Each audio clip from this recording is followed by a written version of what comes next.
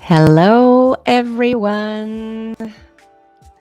We are here, Rukayyat and myself, and today we are going to talk about the journey of entrepreneurship and giving it a bit of time for anyone joining us to say, "Hey, where are you?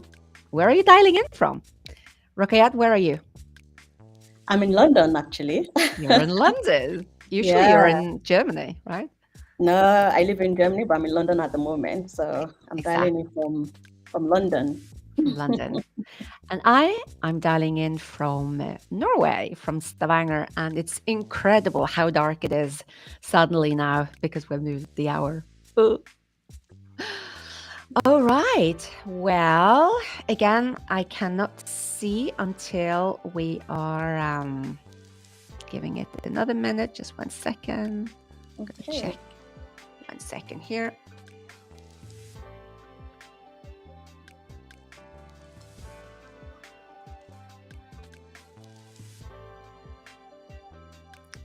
Let's see. Yes. We are live on LinkedIn. So we just checking because it's always the best thing. And I can see we have a few people out there. Hello, David. Lovely to see you. Okay, so let's turn down this music so we can actually get going. We have set aside about 45 minutes and it's going to be exciting. So I'm really curious before we dive into the nitty gritty of our businesses. But Rukayyat, what is your mission? That is my mission.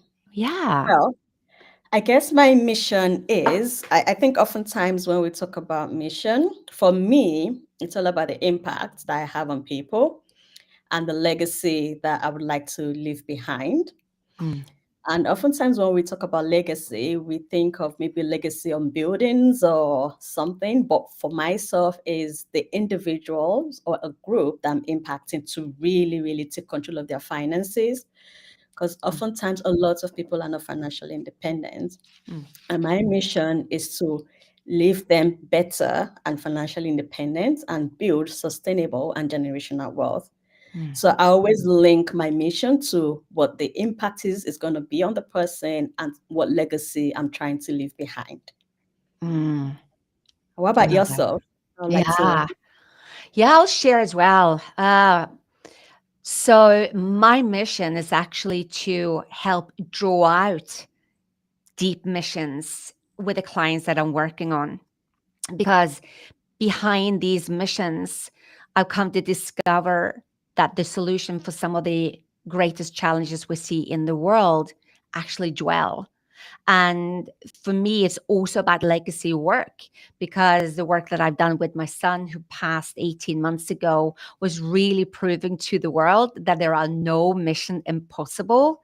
So when you are connected to something that you truly believe in, for me, it was being told something cannot be done. For me, it's like, you just don't tell Rita that something cannot be done because I'm going to prove you wrong. And that proved that the mission that I went on not only made my son live 20 more years than was kind of expected due to his illness, but I have been able to help people around the world that I would never think that I would be able to help.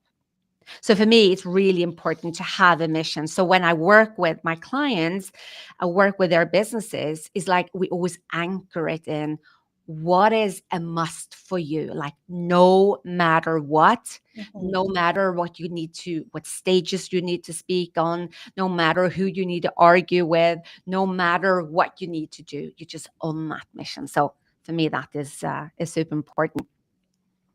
But hey, yeah, so I want to hear a bit more about PaceUP Invest. Mhm. Can you Maybe share? introduction first Yes. for those that don't know. Yes. So, well, for those that don't know, myself, so I'm Rukayyat Kolawole.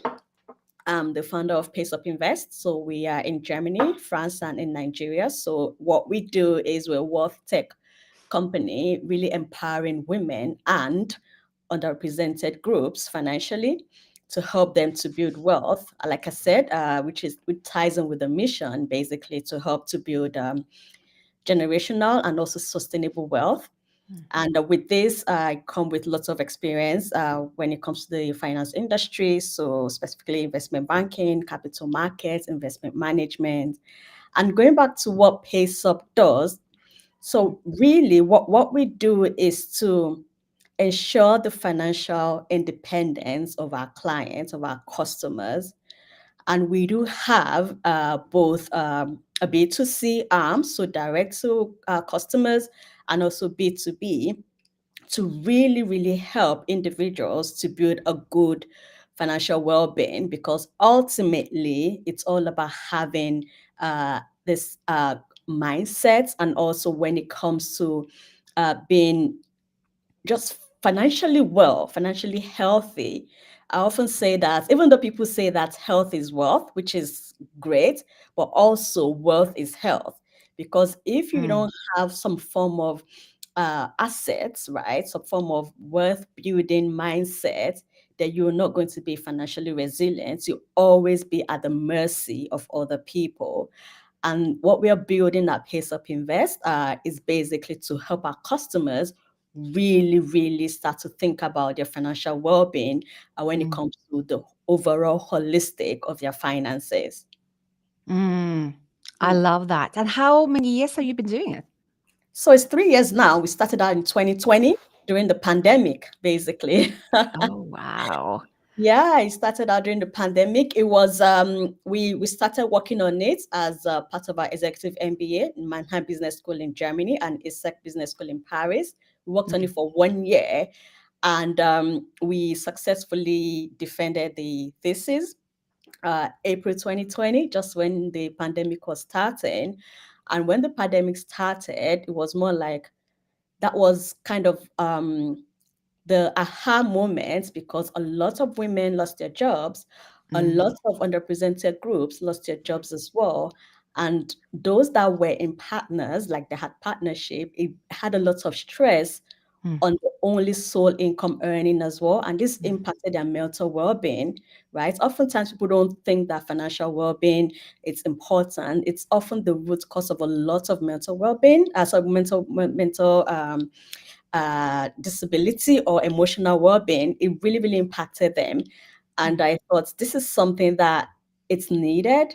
And Mm. how can I provide services, and how can I, again, going down to that mission, how can I ensure that people start to think otherwise when it comes to their finances and really build financial resilience? So in September 2020, that was when we registered and we became a financial services company. Mm. Yeah. Absolutely fantastic. Wow. It's so inspiring. Yes, but what Mm. about yours? What about yours? Yeah. Just get to know how you got started. Yeah. So first of all, yeah. So I'm based in Norway, and the company name is Shestainability. So as you can hear from the name, it is very linked to sustainability. It's about how do we build sustainable solutions. And I believe that in order to find sustainable solutions to the world's problems, we need to have a sustainable mindset. We need to come from the inside. And sustainability came as I, in the beginning, was working quite a lot on the balance between the feminine energy and the masculine energy. So that is where the name just was created, and now it's become a word that is, do you live sustainably, like it's a well-being way of life. um, when it comes to sustainability, so what we do is we work with clients all over the world. So I was just on a call with a client from Hong Kong, and then we have South Africa, and we have the US and Australia, and around Europe. And the interesting thing that I get to do is to work with the women, very often women come because they feel a bit of a restlessness. If either they are leaders in an organization or they are entrepreneurs, there is something more. They want something more. Very often they feel that there are problems standing in their way. Also, financial stuff. It can be the mindset, financial mindset is holding them back. So what I get to do is to work through that and help them see things from very different angles, and really, again, draw out their mission so we can see if you didn't stand in your own way, if you didn't allow the critiques overwhelm you, but actually you took charge, what would you be doing then? Where would you show up in this world? Where would we hear your voice? Which stages would you be on? So that is what I get to do. So I work inside organizations. I work with the female CEOs, but I also work with entrepreneurs. But I think the common theme is that after I work with them for some time, every single one can really clearly say what they are here to solve, what big problems they're here to solve in this world. And a lot is related to climate change and energy transition, for sure. I left my corporate job back in 2017. I had then 20 years in the upstream world. Again, I was traveling the world. And then I said, it's time for me to step out and up, not step down, but out and up. So I started my coaching practice. And from there, it's been up and down in the sense of where I am will often be reflected in my business. Of course, that is how it is. So, but it's been a fascinating journey. Yeah, I have to say, Amazing. yeah, I love it. I really love it. But I'm curious, going back to you, like, what is it that inspired you? I know you went back 2020, things happen, but what is that? What is that key thing that inspired you? And the reason why I'm asking is I want the listeners to think inside themselves of maybe there is something brewing there that might indicate that they have maybe a side hustle that they could do or even become entrepreneurs. So for myself, I mean, it's quite maternal, basically, when it comes to entrepreneurship, from my mom's side. So I remember when I was growing up, because I'm Nigerian by birth, but I'm British nationalized. And my grandmother, she was a gold trader. She would go to Ghana, buy gold, and come back to Nigeria and sell them. And every Friday, she would then gather other women around the community, talk about their week. They would donate some money. And then from this, they would then give this handful of money to some women that needed it, either to further their trade or to send their kids to school or whatever it was. And I really, really understood, that's why I understood the power of communities. And also when it comes to money, how money can be used to add and create value. And this was why I actually went to investment banking back in London. But going back again, why was this so powerful to me? My culture is Yoruba culture in Nigeria, and it's from the southwest parts of Nigeria and also southeast parts of Republic of Benin. And it's such a powerful culture because it's studied in some universities in the United States because of the female empowerment that is ingrained in it.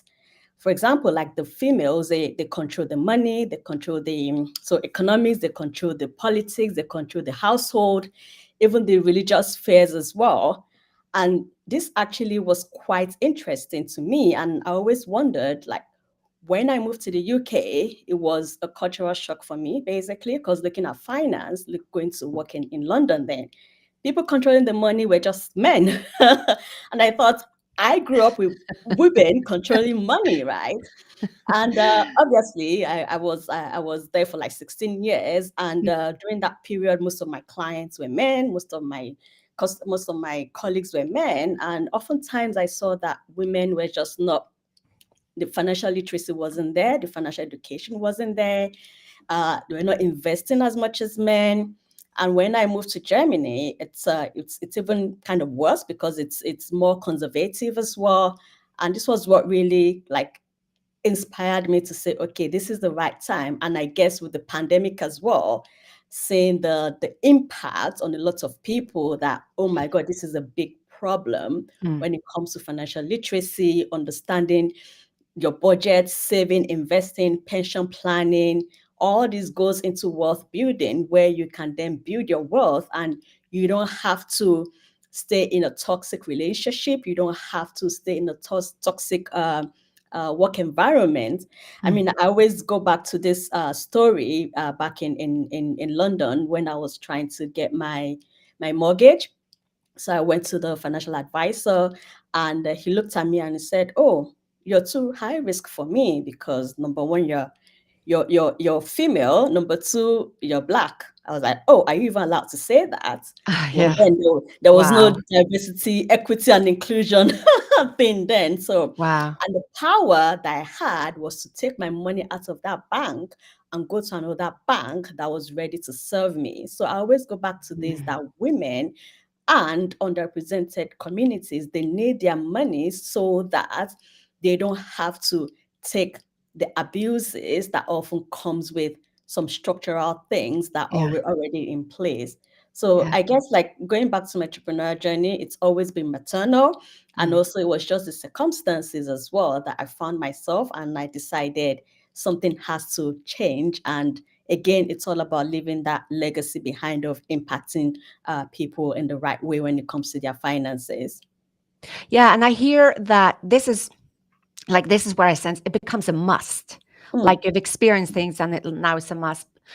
But saying that, I mean, when you then decided to mm, start your own company, mhm, what about the feelings and emotions and what did you go through when you woke up one morning and had decided that, okay, well, I'm doing this on my own or together, of course, with your group. But mm. what did you wake up with?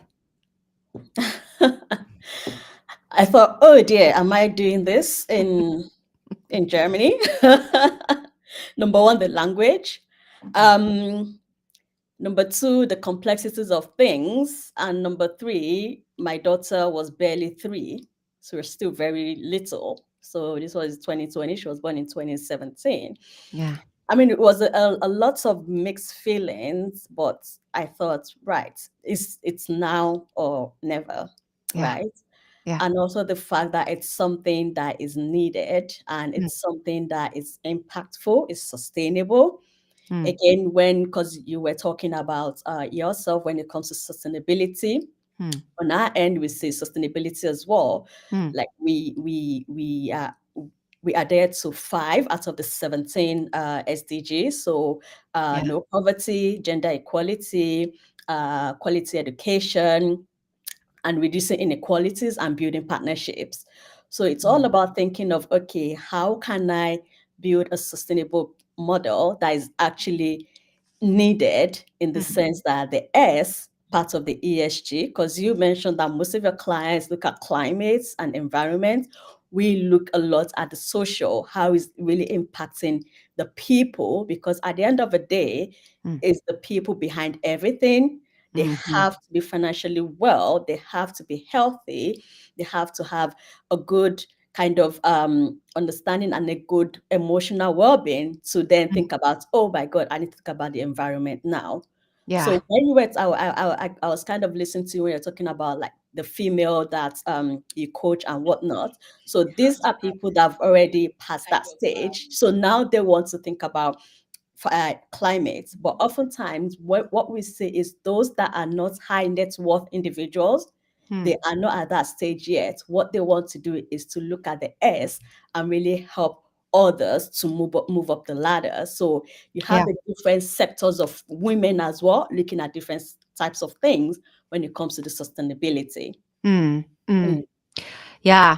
No, it's interesting again when, hearing your story, you just have a child, and again, you're willing to go all in because you see that this is the best for the future, and also for you giving back. Mm. Like it's like this feeling of a responsibility, but also this drive to go ahead and do it. And of course, like again, waking up, what have I done?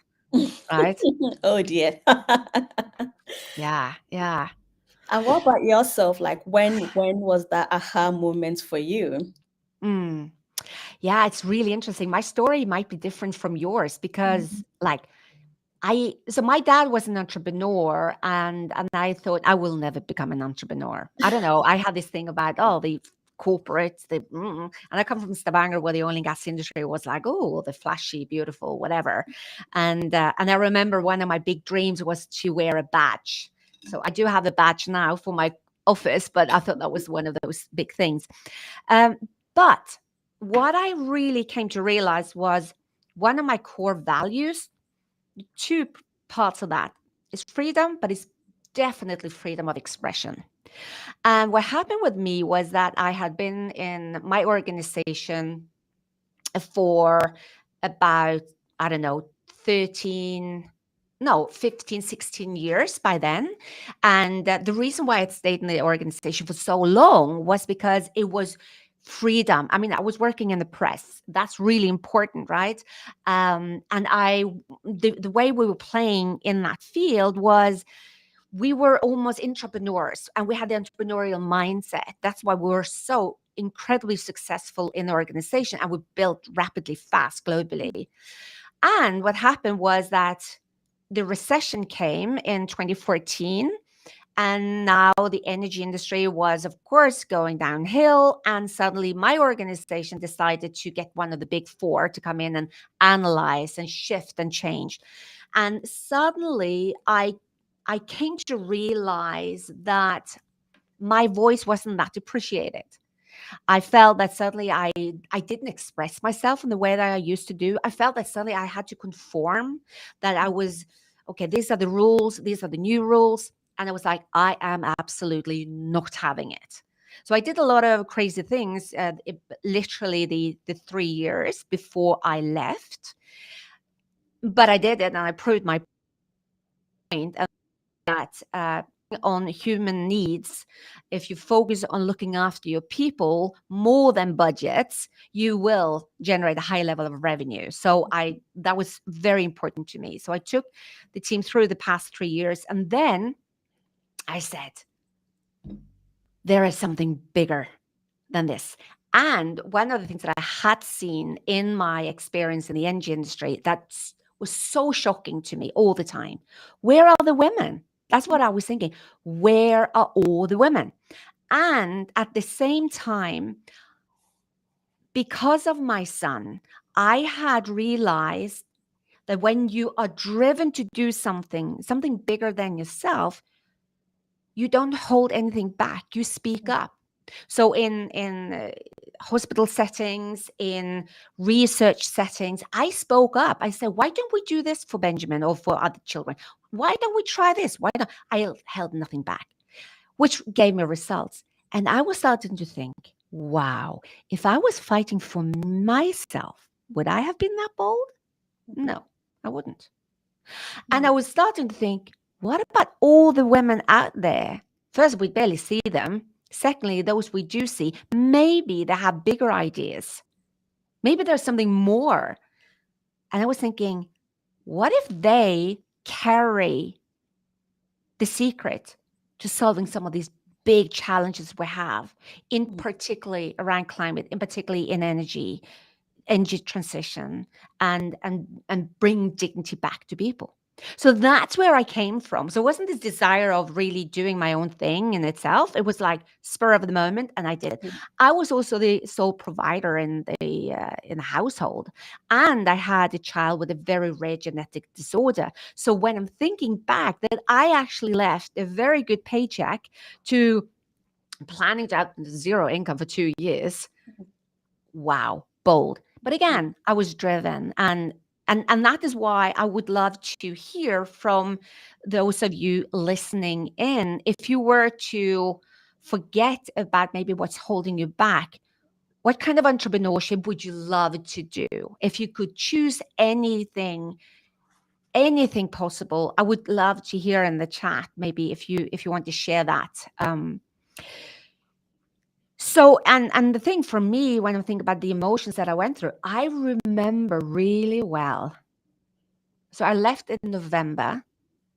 I knew that it was really important for me to have an office in a corporate building. I could not work from home. This is in 17.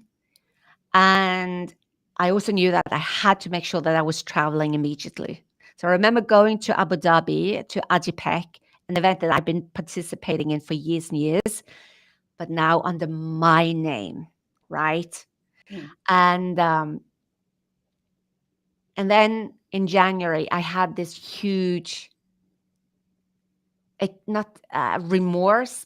Yeah, I would say remorse, this kind of, oh my, what have I done? Mm. But that was the only time, and I never looked back. Mm. So I think it's normal Mm. to just know that there will come a moment where you suddenly say, oh wow, what have I done? But that doesn't mean that you have done something you shouldn't do. It just means that, wow, your system is fully functioning and looking after you, and be ready for that. Who you have around you to help you and support you if you suddenly have a not the buyer's remorse, but a starting your own company remorse and leaving your corporate safe job remorse. Who is there to help you? Mm. Yeah. Let me just look at the comments here. Thank you. So David's in Ghana. We have Catherine Starks coming in here. We have Inge Luft, amazing and inspiring. Rukayyat, amazing and inspiring journeys, ladies. My vision is to enable others to transform into the best versions of themselves. Thanks, Inge, for sharing that. Yeah, please share more, because this is very inspiring, and also invite you all to ask questions. Anything you want to ask Rukayyat or myself, just populate the questions here. Mm-hmm. Now, one of the things I'm also curious about is really challenges. Mm. What challenges did you have, and what did you learn from them? What has been some of your biggest challenges? Oh God, so many to count. Oh, I would say maybe I'll give two. So one of it was trusting the wrong investor at the beginning, which was really yeah, it was kind of a big emotional roller coaster for me when I first started, because this particular investor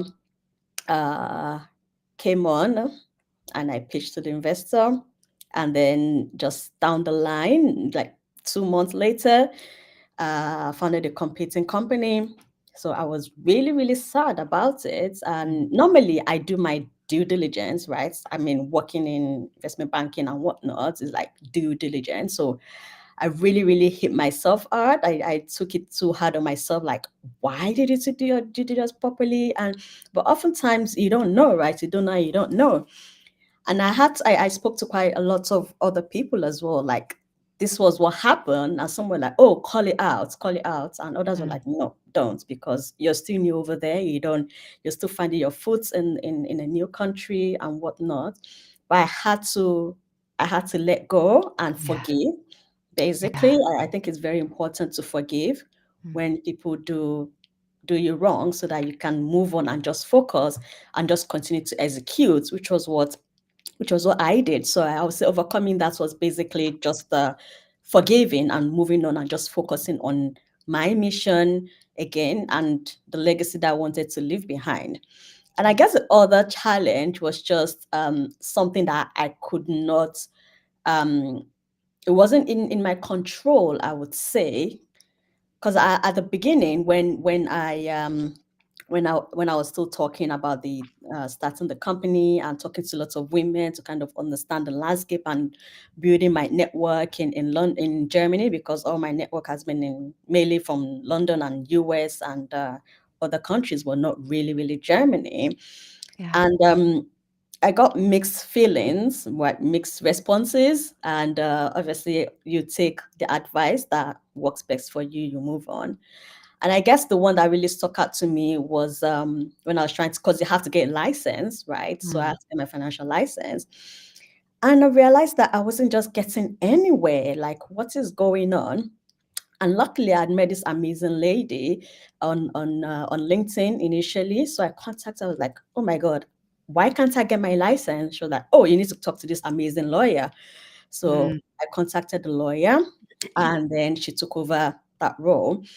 And basically, they could not believe that someone like myself, like a Black woman, could reach a high position in finance in London, basically before coming over. And they were like, how are they not sure that I wasn't just making cups of tea back Oh in my my word. former role? And so it took me 1 year to get the license, and normally that should take 6 weeks. So it was a lot of Shocking. time gone, right? But then looking back, I was thinking, because up until recently, I was the only Black female fintech founder, or even the only Black founder in Germany in fintech. Up until recently, there's another lady that is building something similar as well. And I just realized perhaps other people have tried, but maybe they did not have that network. Because if I hadn't reached out to this lady to tell her of my frustration, I would have just thought, okay, maybe it's not possible then.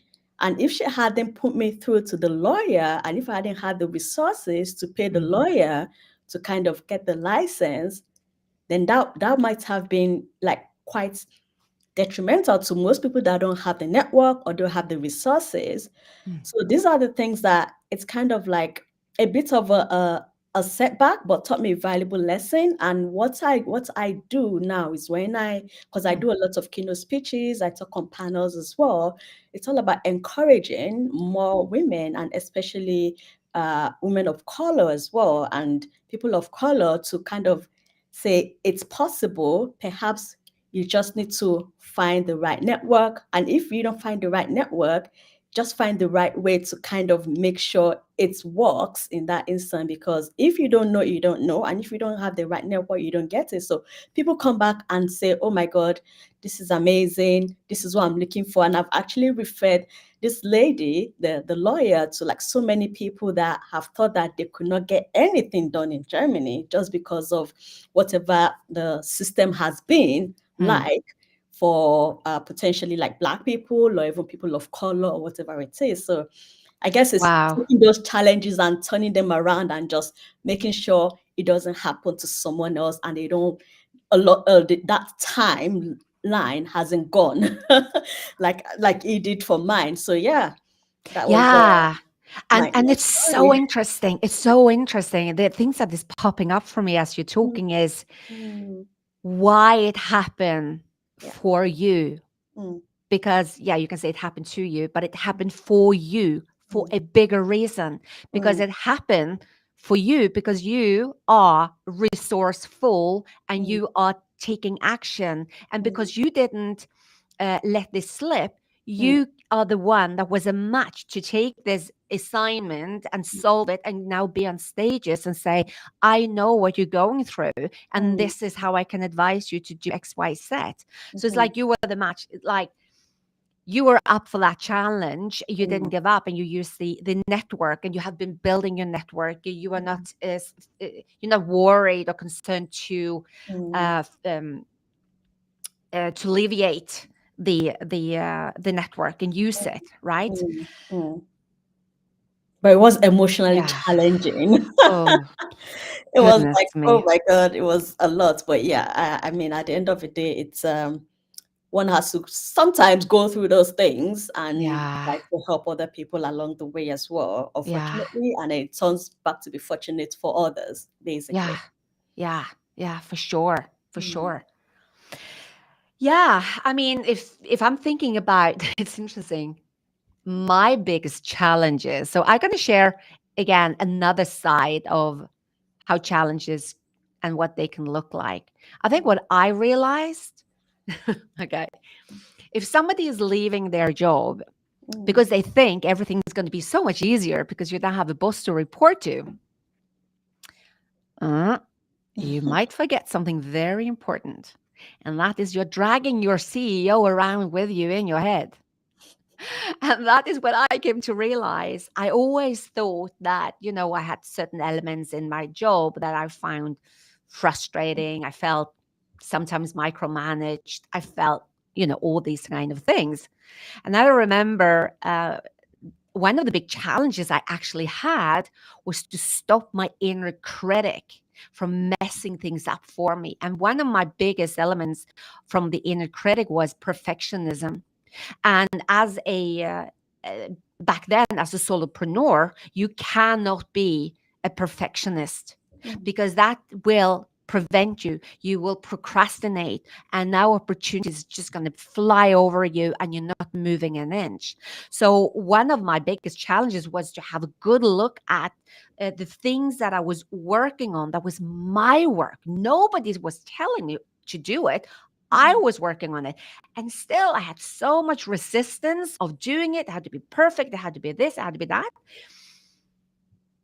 And I had to kind of create a case with myself to break down my own limiting beliefs, the belief system that it has to be perfect and perfected and all these things, and actually trust the process, actually surrender that whatever I'm doing, I'm in the right place, in the right moment, and this is what I'm going to go for. I need my sleep, I need my rest, and I'm going to show up. I'm not going to over prepare.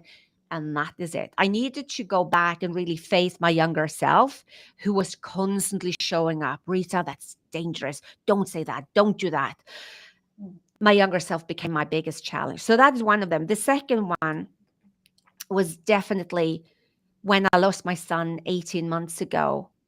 And I am the face of the organization. I am the one that is doing the work. So there's a lot going on the background, but I am the one.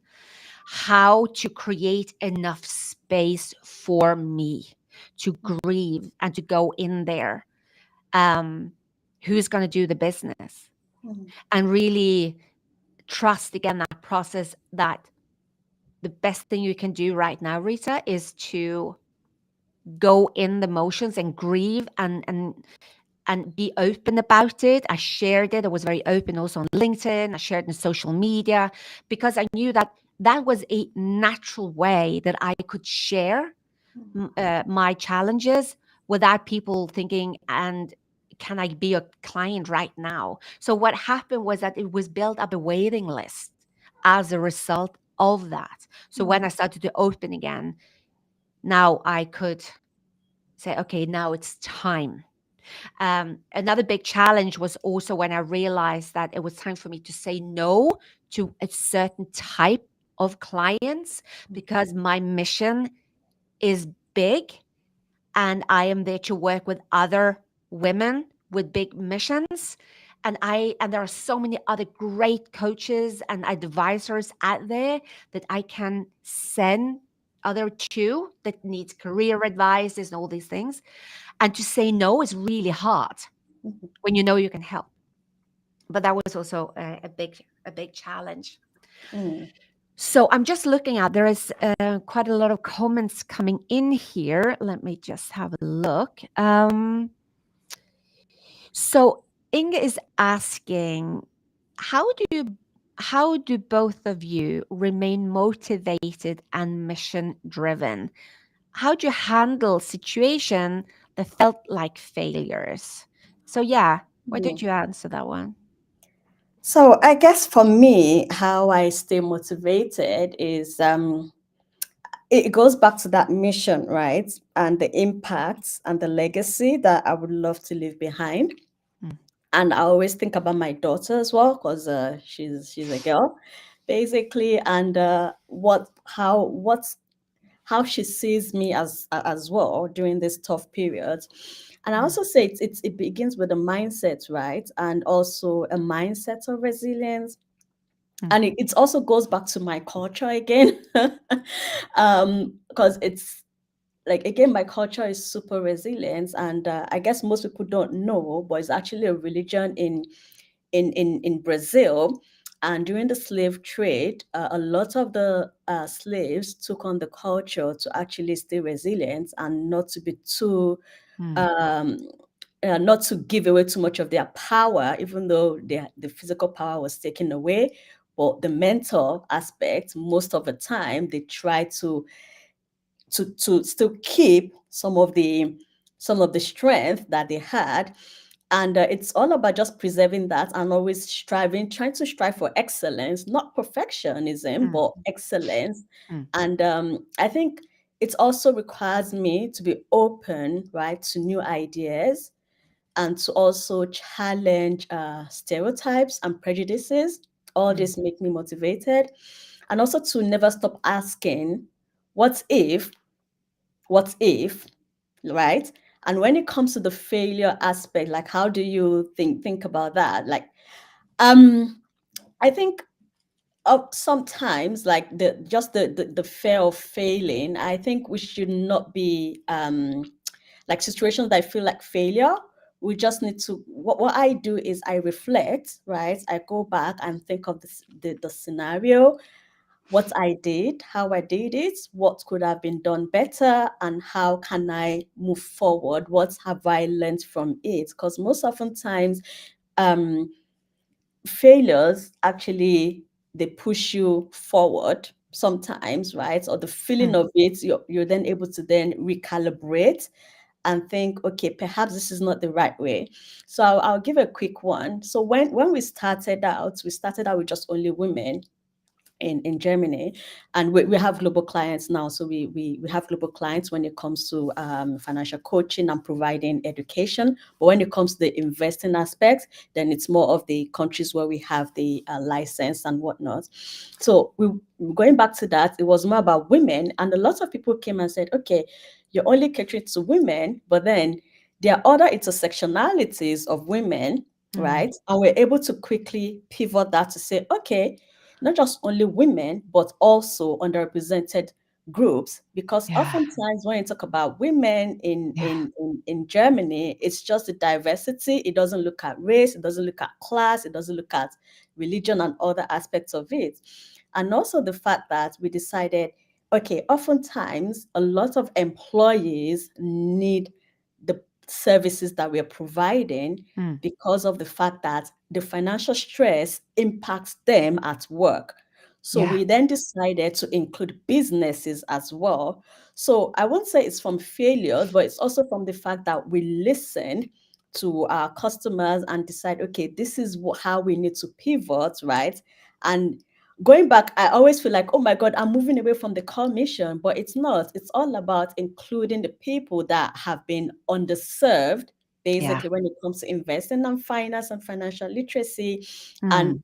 again, it goes back to that mission driven, the impact, looking at where I've come from, where I'm going, what I would like my loved ones, and also especially my daughter, where I Mm. would love her to be. So all this come into place. And I think at the end of it, it's all about just striving for excellence and Mm. having a mindset of resilience to just keep going no matter how hard it is. But Mm. trust me, it has been really hard and it is hard, Mm. but just have to keep moving and try to stay motivated with the right support network as well. Very, Yeah. very important. Yeah. Yeah.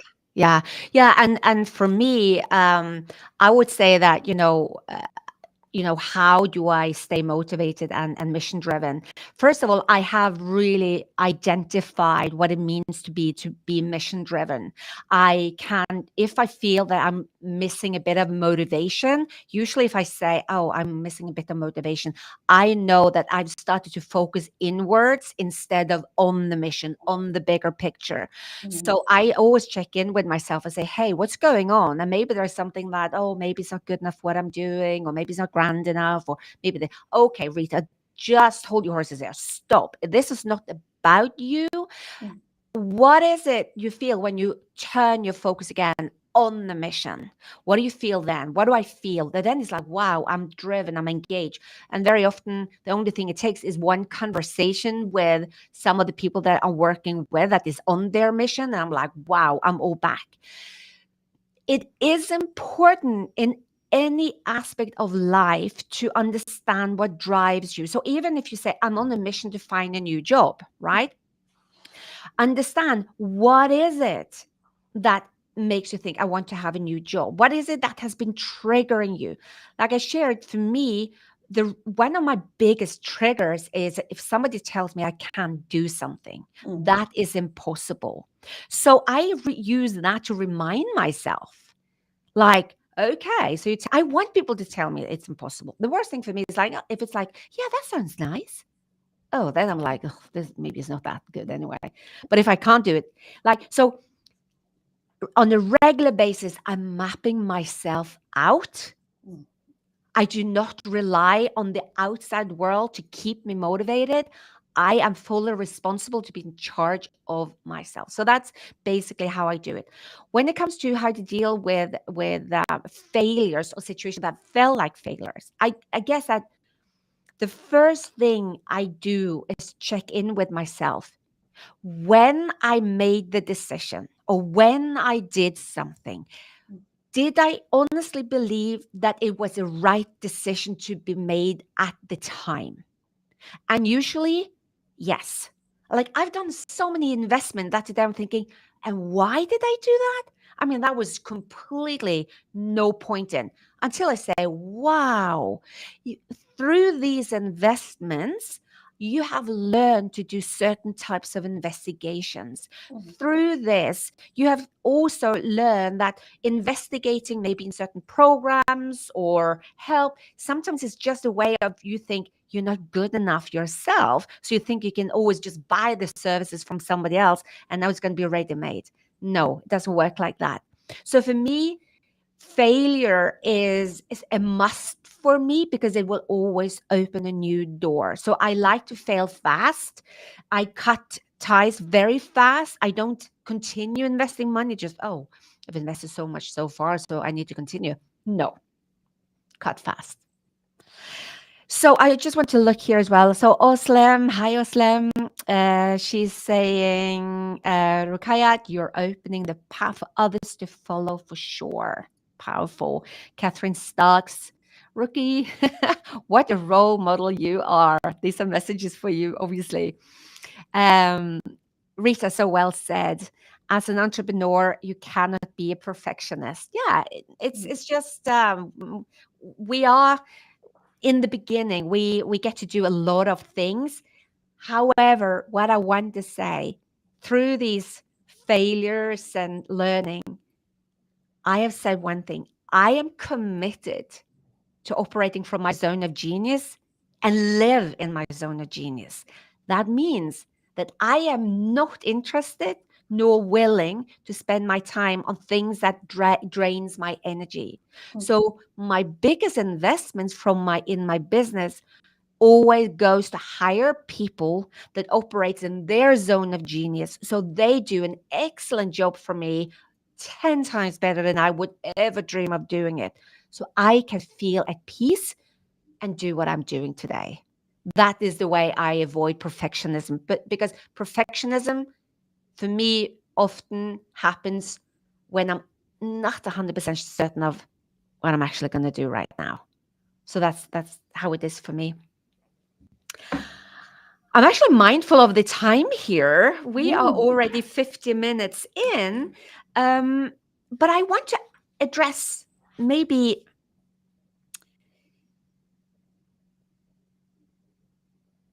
from my end, I'm curious to hear about what does support look like for you? Like networking and like how important has it been for you with your networks? I think you did mention a bit about it, but I want to understand it even more. Networking and collaboration. How important has that been for your success? I mean, I've always been networking since 2006 when I first started in the city, like in London. And it's very, very important because often people say that your network is your net worth, right? Mm, And we're only as how do I say it, effective as the people that we surround ourselves with. mm, And it's super super important to me. And I don't shy, I don't shy away from contacting people that I believe that we could add value to one another. And when it comes to networking, it's very important to be intentional and to be genuinely interested in the people, mm, not just a take mentality, mm, but what can I give? What value can I give to this person to actually make this person's life better and easier? And mm, I see it as developing a social currency. It's a social currency, right? Because mm, then you build trust, right? And also the fact that if anything, it's similar to sponsoring as well in that sense, like sponsorship, right? mm, So you build the trust, they know who you are, they know that okay, perhaps if they need something, they can call on you, and also vice versa because of this relationship that has been cultivated via networking. Oftentimes mm, when people talk about networking, they get like, oh God, I don't like networking, because mm, I mm, think the term has been a bit bastardized in the sense that networking is just okay, go, I talk to someone, okay, next I go to the next person, I go to no, you have to be intentional and deliberate to really try to understand the person, because at the end of we are humans. If we only have this mentality of thinking, oh, what can I get out of this person, it's not sustainable.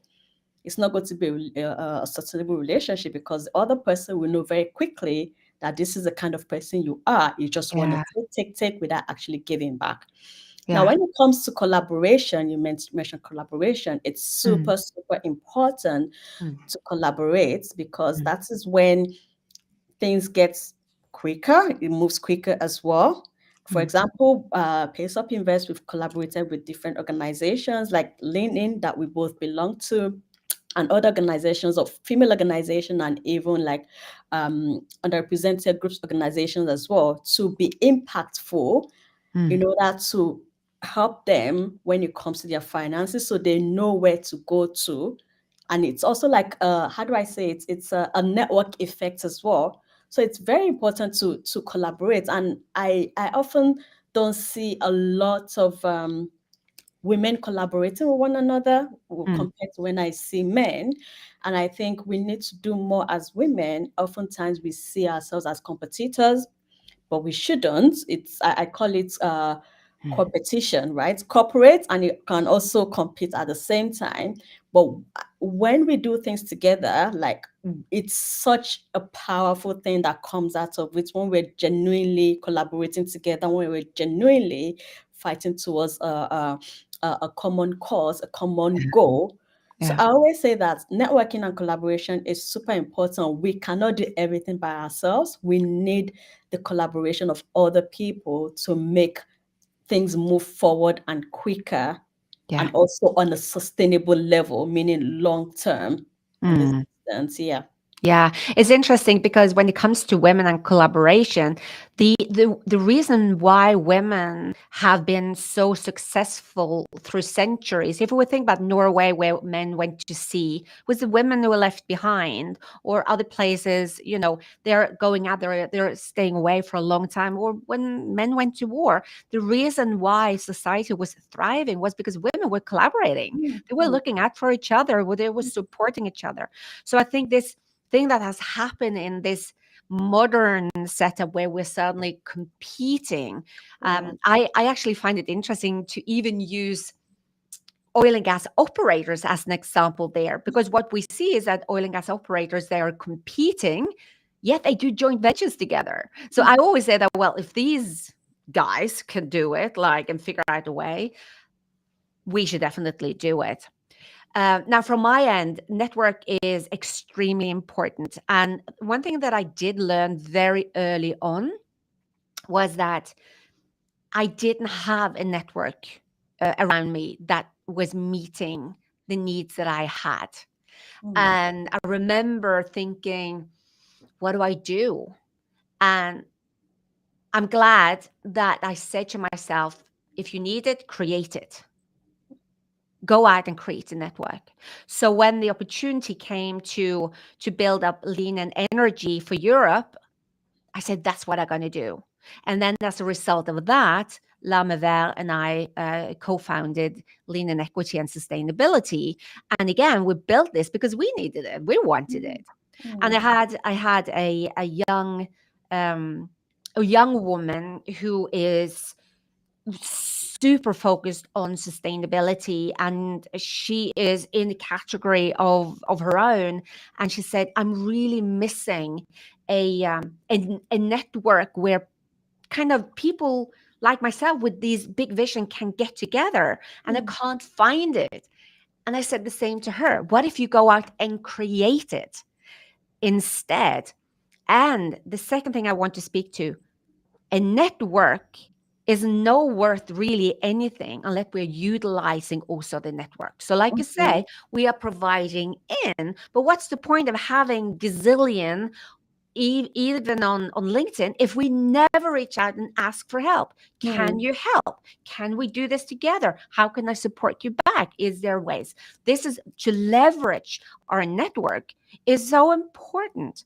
So building network for the sake of just building something, I don't believe in that. Then I believe in a small core group that speak the truth to each other and hold each other accountable. But the network is there to be leveraged to mhm. grow powerfully. So Exactly. that's what I want to say. Yeah. Mm, definitely. Yeah. Anything else you want to speak to before we wrap? And any questions out there, please go ahead and ask them now. If they're coming after, we will for sure get back to answer all of you. And for those of you watching the replay, we will also make sure to answer any questions that is popping up Mm, here. And of course, you can DM mm, Rukayyat directly for her and directly to me as well. mm. Um, yeah. I think just to add, basically, because we're both entrepreneurs and we do manage teams, and it can be it can be really really challenging and lonely as well. When it Yes. comes to being a founder, when it comes to being a CEO and whatnot, and it does impact like the mind, body, and finances, definitely. And I often get to ask the question like, what routines have I developed and whatnot? And I've actually written quite a bit on LinkedIn as well when it comes to, in order to maintain a well-being, because there are days that I'm just like Yeah. waking up middle of the night thinking, oh my God, have I done this right for this client? Yeah. This one or that one. And what I do is I exercise daily, right? After my daughter, because she's 6, so she's Yeah. now in grade 1.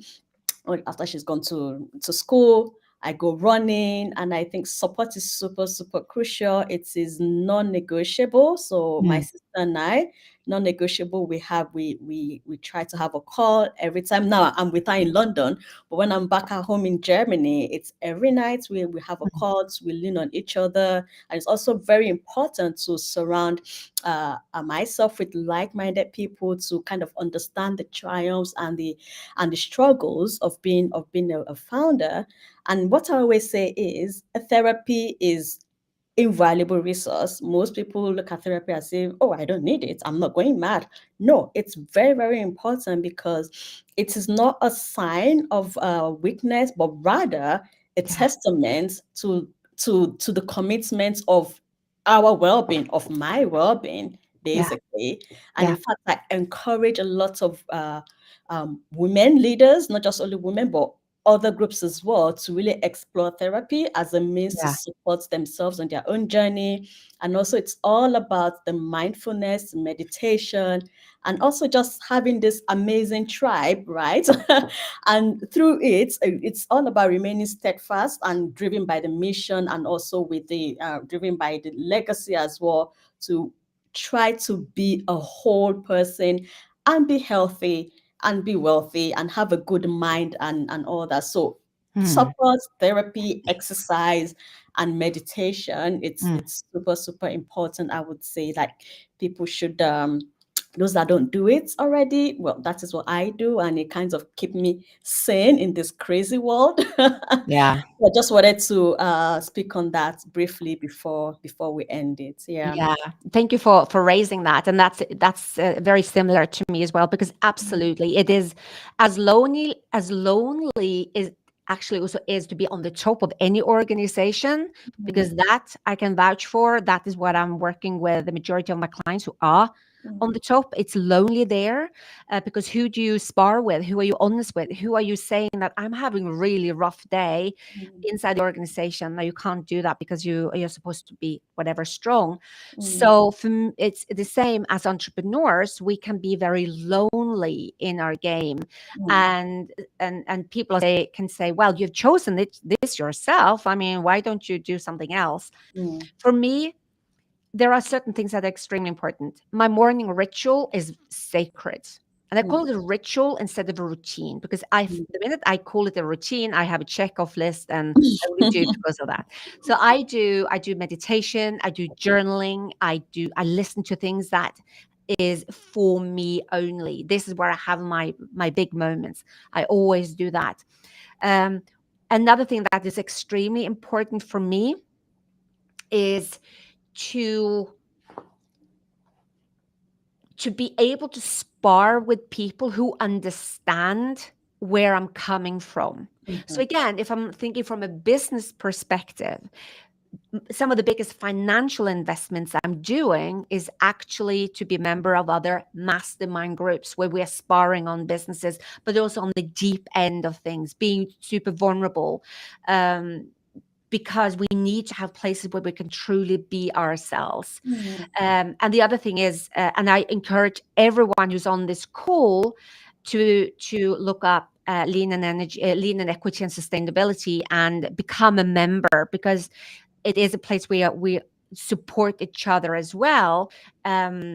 Because sometimes we can be even lonely if you work inside an organization, but let's say you're one of few women or a minority.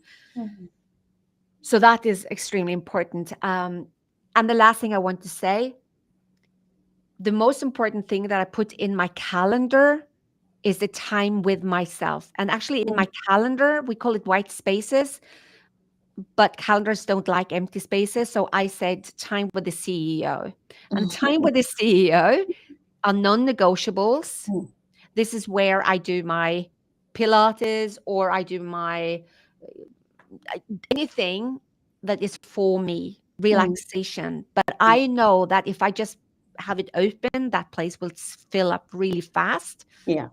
And now I'm off running in the busyness, and I refrain from being busy.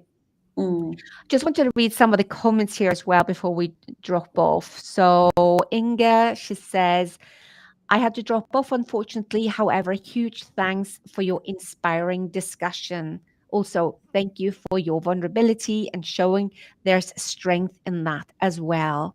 mm. And I don't know who says this. It says just a LinkedIn user. So apologies for that. I don't know. Can you see who it is? No, I don't see the name, just No. LinkedIn user. Yeah. So basically, it said, well said, Rita, regarding working together as women. Unfortunately, those of us in very male orientated fields do not always have that opportunity. But I agree, go and create that network if you cannot find. Rukayyat's comment on being a founder, CEO can be a very lonely journey hits home. Lean In and other groups are an important avenue to speak with like minded ladies. Excellent discussion. Oh, Yeah. actually, now I see it here. It's Elizabeth. Thank you. Oh, okay.